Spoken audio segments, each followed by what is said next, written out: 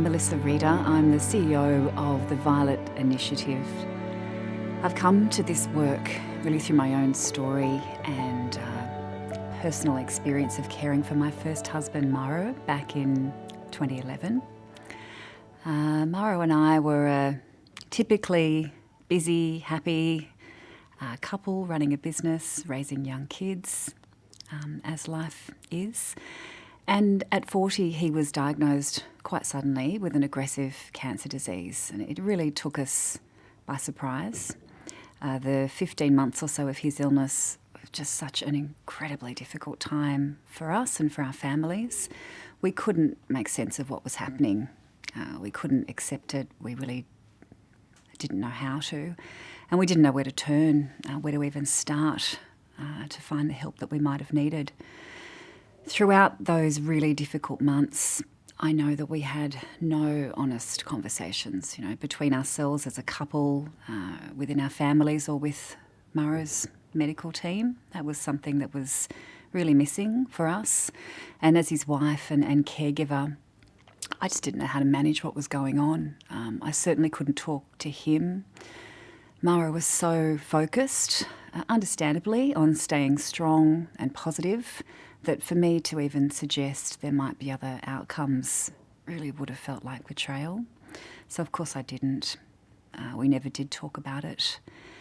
And in the last months of his life, when I look back on how tumultuous that time was, there were repeated ambulance calls, repeated hospital admissions. There was no pathway for him into palliative care.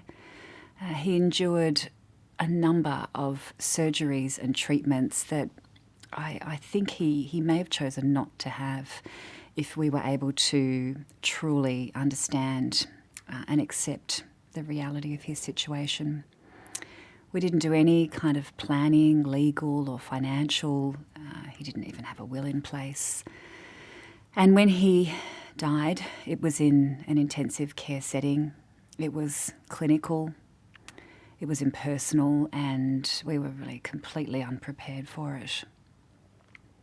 And I came out of that experience holding a lot of regret, thinking to myself, as I have done for the years that have followed, surely we could have done that better.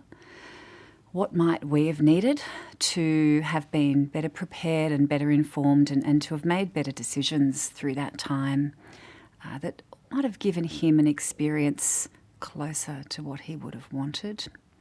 And for our family, for our little unit, to have been able to make the most of the time that we had together, which is something I think we really didn't do particularly well.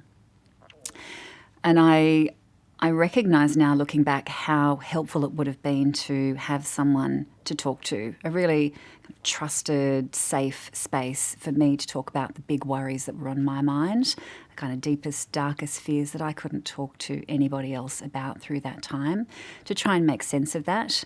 But to talk to somebody that genuinely understood the situation, someone who had walked in the same shoes that we were in. I couldn't find that. Couldn't find any trusted place to turn to, any real information that was helpful to me through those very difficult months.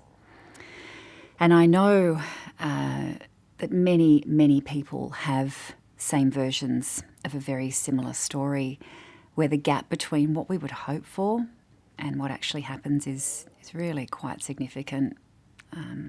It's quite a profound gap, and it's quite a painful gap, and that feeling doesn't go away over time.